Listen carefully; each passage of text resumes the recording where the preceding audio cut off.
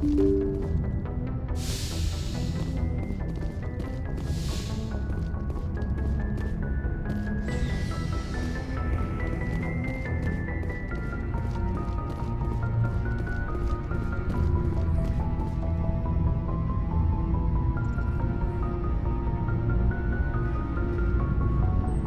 you have some time to talk now, Commander?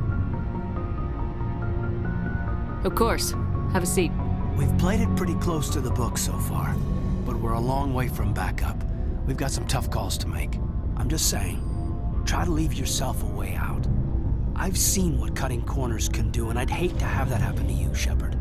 Commander.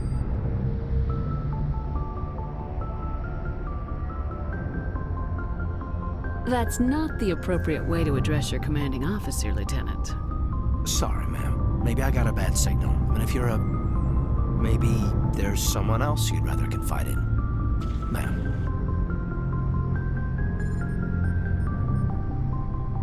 I don't think you should be prying into my affairs. There's my answer, then. I'm sorry to have bothered you, Commander. I got some mixed signals. With your permission, I should return to my duties.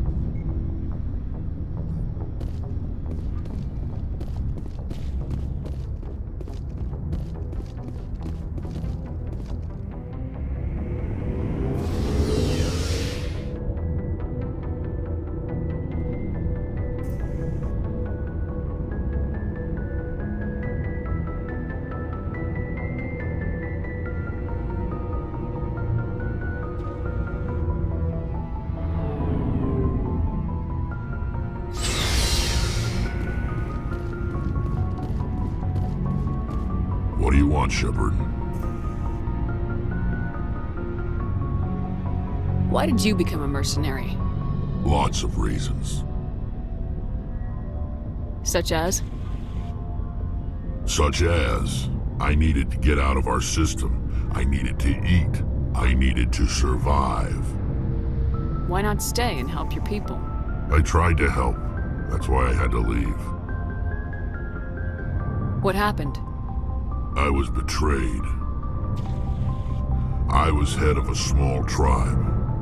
We were trying to restore order after the war, but the other tribes were against us. They followed Jared, one of the few warlords who survived the war with the Turians. But he was old, and so were his ideas. He wanted to continue the war. He wanted us to fight. Turians, Solarians, each other. It didn't matter who, as long as we were fighting. What did you want? I just wanted Jared to shut up, to stop his ranting. I wanted him to stop leading the tribes astray. But he couldn't understand how much things had changed. We didn't have the numbers to go to war. Even if we did, the genophage made sure we couldn't replenish our numbers fast enough. I told them all to forget about war. We needed to focus on breeding, at least for one generation. And for a while, we were getting through. Some of the tribes started coming around. I take it the warlord didn't appreciate that. No, he didn't. He arranged a crush with the tribes, a meeting on neutral ground. He wanted to talk. We met at the Hollows, near the graves of our ancestors. The skulls of our dead laid bare to remind us where we come from and where we all go. It's as sacred as any Krogan place can be. Violence is forbidden. Sounds like a trap to me. You must have suspected as much. I did. But when your father invites you to a crush, well, there are some laws that even we hold sacred. Jared was your father?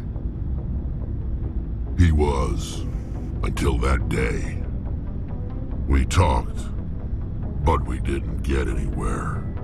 When it was clear that I wouldn't join him, he gave the signal. His men leapt from the graves of our ancestors like Krogan undead. The few that were loyal to me died quickly. I escaped with my life, but not before I sank my dagger deep into my father's chest.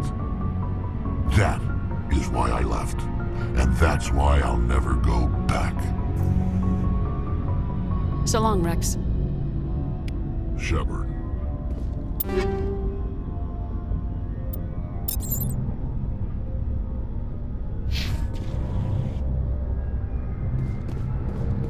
Commander? Do you have a few minutes to talk? One-on-one? Sure. I was just watching some mail from home. Oh, before I go, we saw Caden in a news vid about the Normandy. He's cute. Later, sis. Let's pretend this never happened. The damage is done, Williams. Oh, shoot me now. One of my sisters. That's Sarah, the youngest. What's up? You didn't come by to eavesdrop on family mail.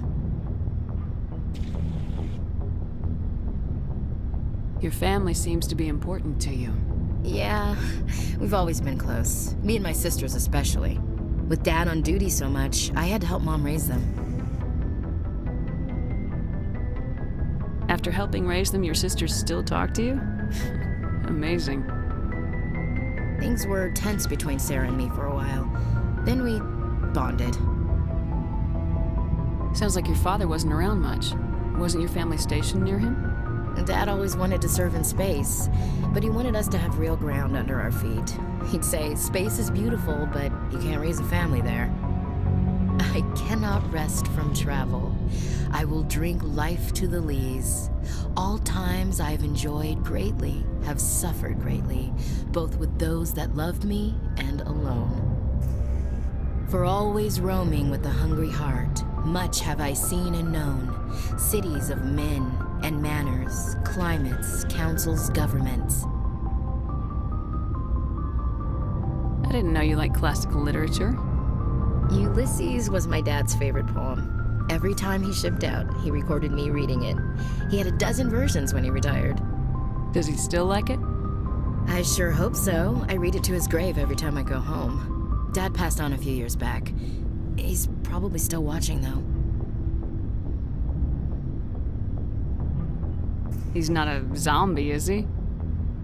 You know, from heaven, wherever that is. That's not a problem with you, is it? That I believe in God? Everyone has the right to believe what they want. Says so in the Alliance Charter, only with fancier words. I'm glad you're open-minded about it. I've met a few people who are really weirded out by my faith. Because I work in space, I can't believe in a higher power? Jeez. Hello, have you people looked out the window? How can you look at this galaxy and not believe in something? I should get back to my duties. Didn't mean to take up so much of your time. Dismissed, Chief. Ma'am.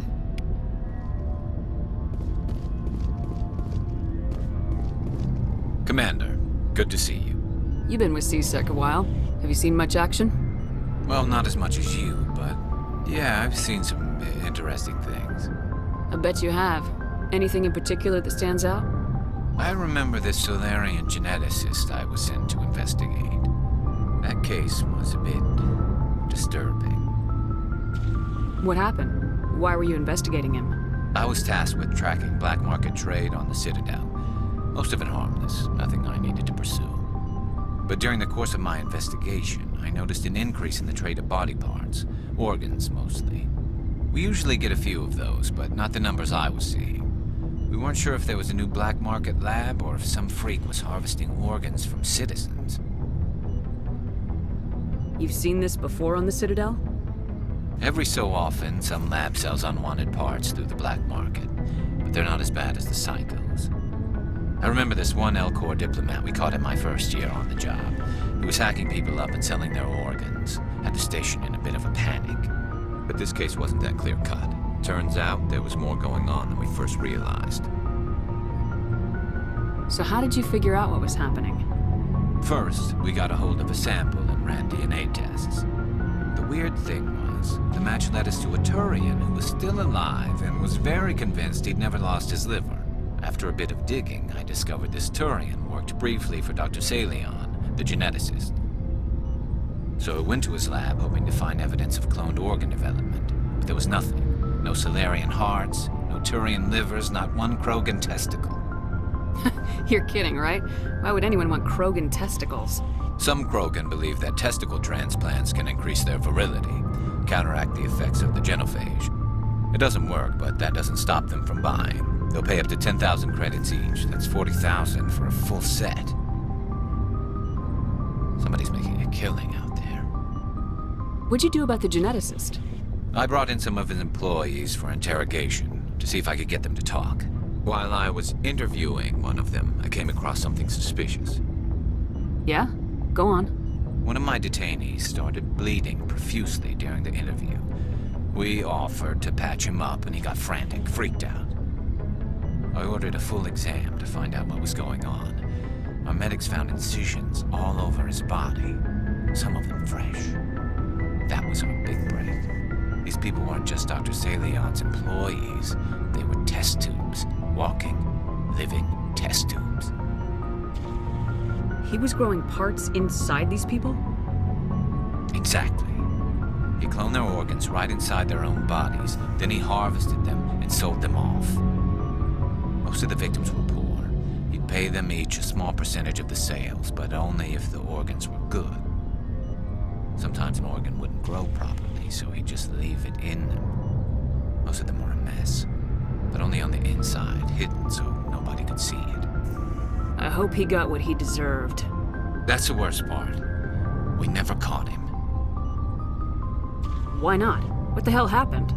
He ran, blew his lab, grabbed some of his employees, and headed for the nearest space dock. By the time I found out, his ship was already leaving. He threatened to kill his hostages if we tried to stop him. But you went after him anyway, right? I ordered Citadel Defense to shoot him down, but CSEC headquarters countermanded my order. They were worried about the hostages, worried about civilian casualties if the ship was destroyed so close to the Citadel. I told them those hostages were dead anyway. He just used them to make more organs, but they wouldn't listen. Well, you can't get them all. No, but letting him get away like that. All they had to do was disable that ship, stop him from running. Maybe the hostages die, maybe they don't, but at least we stopped the bastard responsible for it all.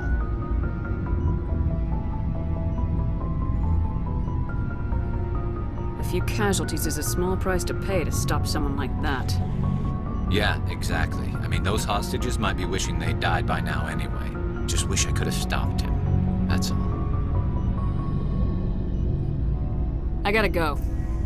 Commander.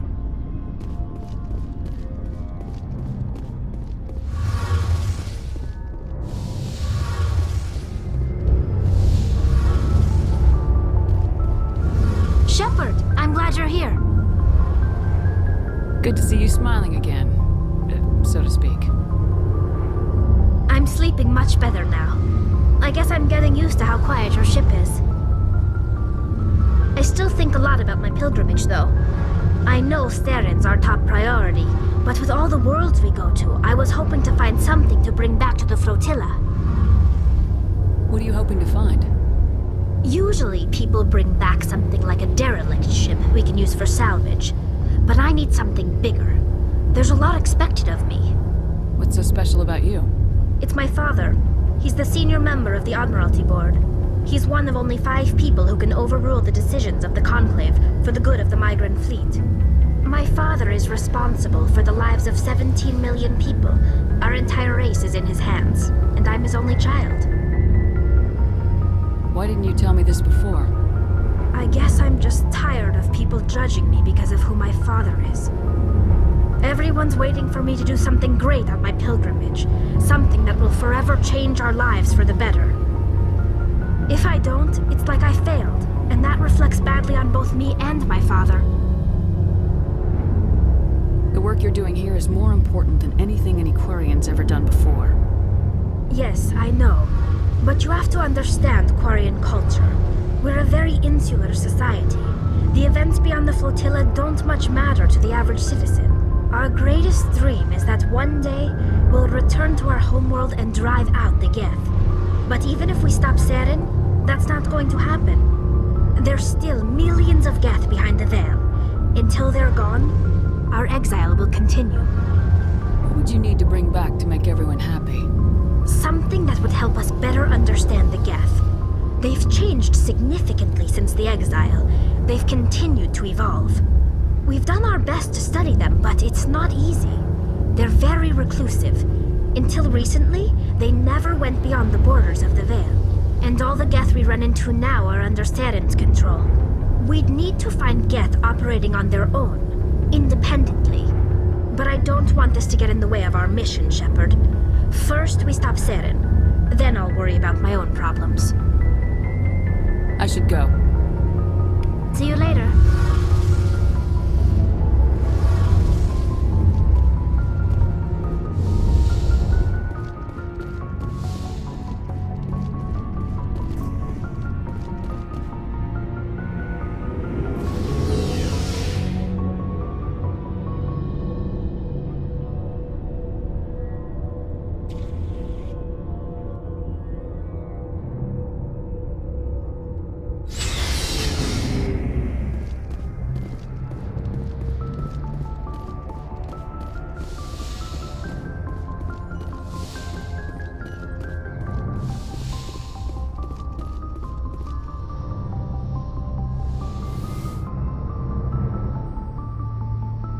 Commander, are you coming to check up on me?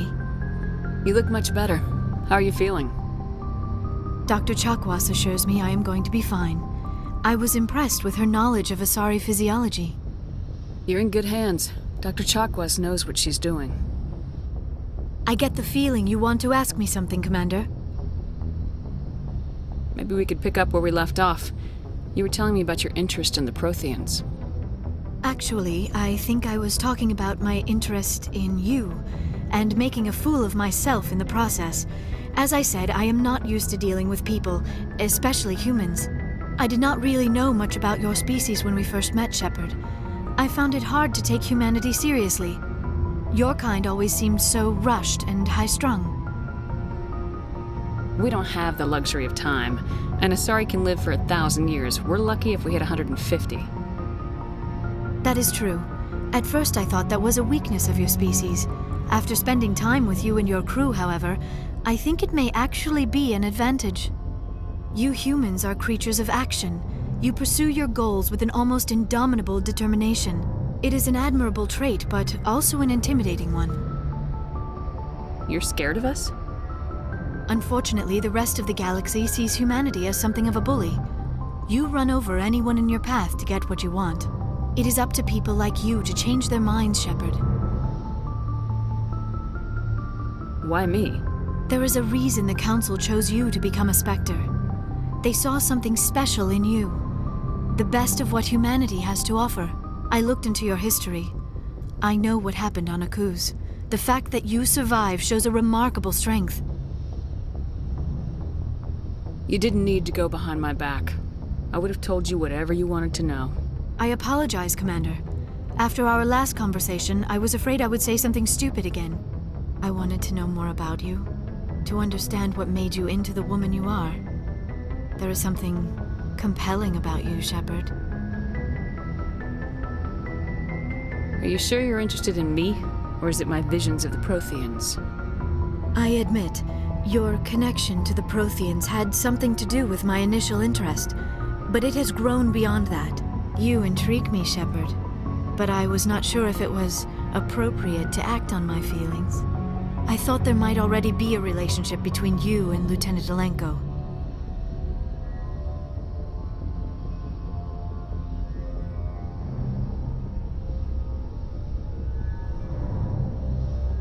The Lieutenant and I are just friends, nothing more. My mistake, then. I am not as adept at understanding human relationships as I thought. But what about us, Shepard? Is there a mutual attraction, or was I wrong about that too?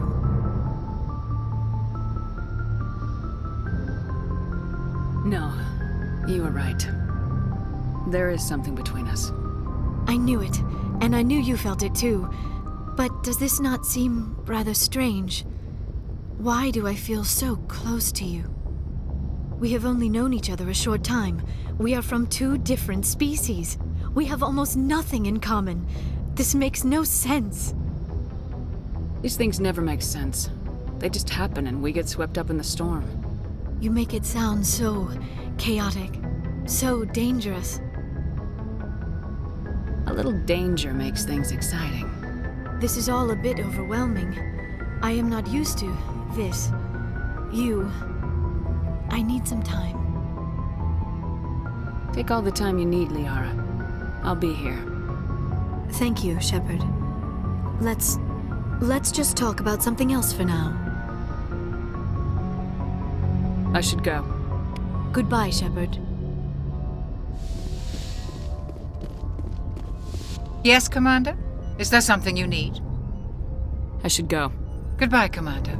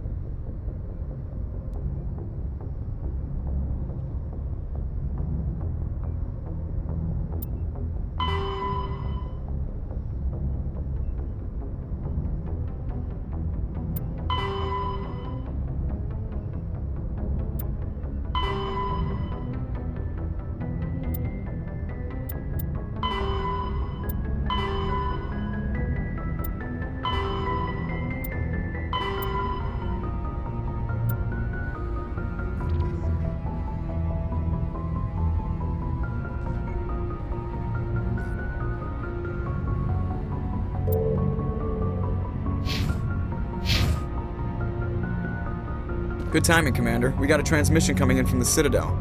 Top priority clearance. Is it the ambassador? It's not his signature. I think it's from the Council. I'll patch it through to the comm room.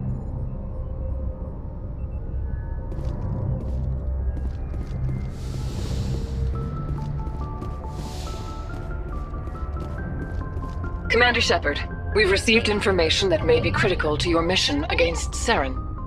What kind of information? We've received an urgent message from one of our infiltration regiments in the Traverse. You mean spies?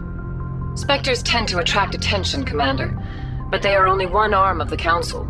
Special task groups are often a better option for monitoring developing situations. We currently have several infiltration units scattered throughout the border regions of Citadel space. This particular unit was gathering intel on Saren. What did they find? Unfortunately, the message we received was little more than static. The infiltration team must be in a situation where they can't set up proper interstellar communications.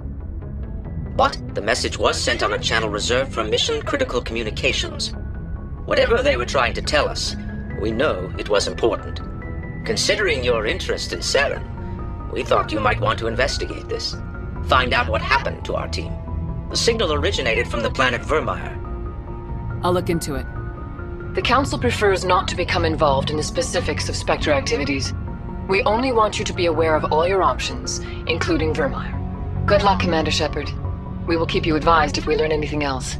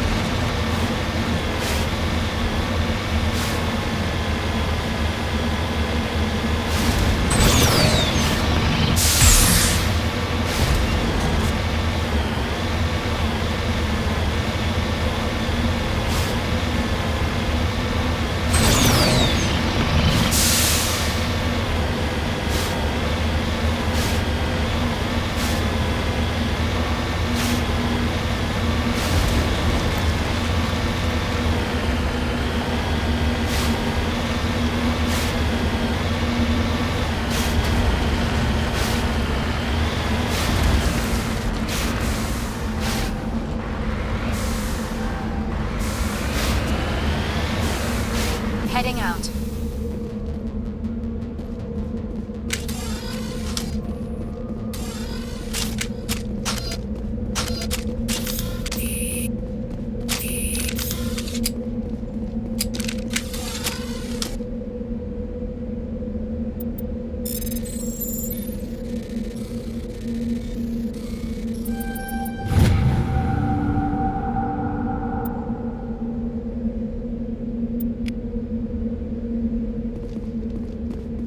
Regroup!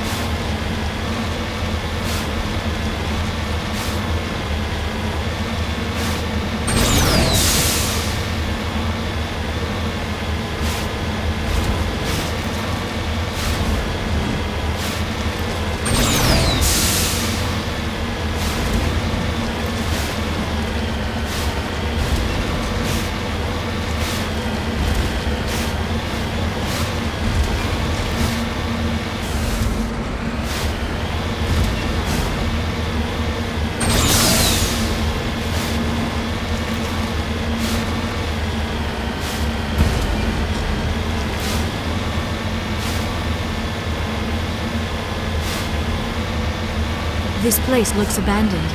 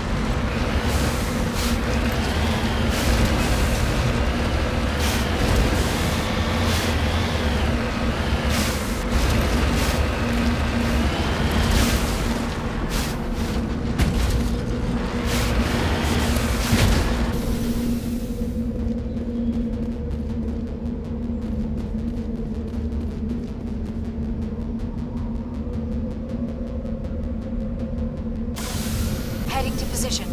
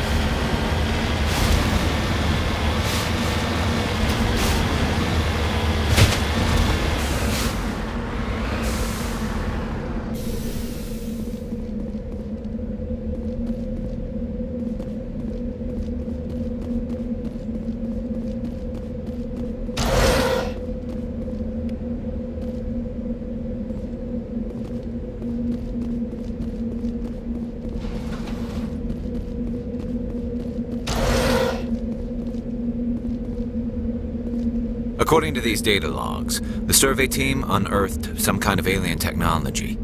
Perhaps we will find more answers at the excavation site.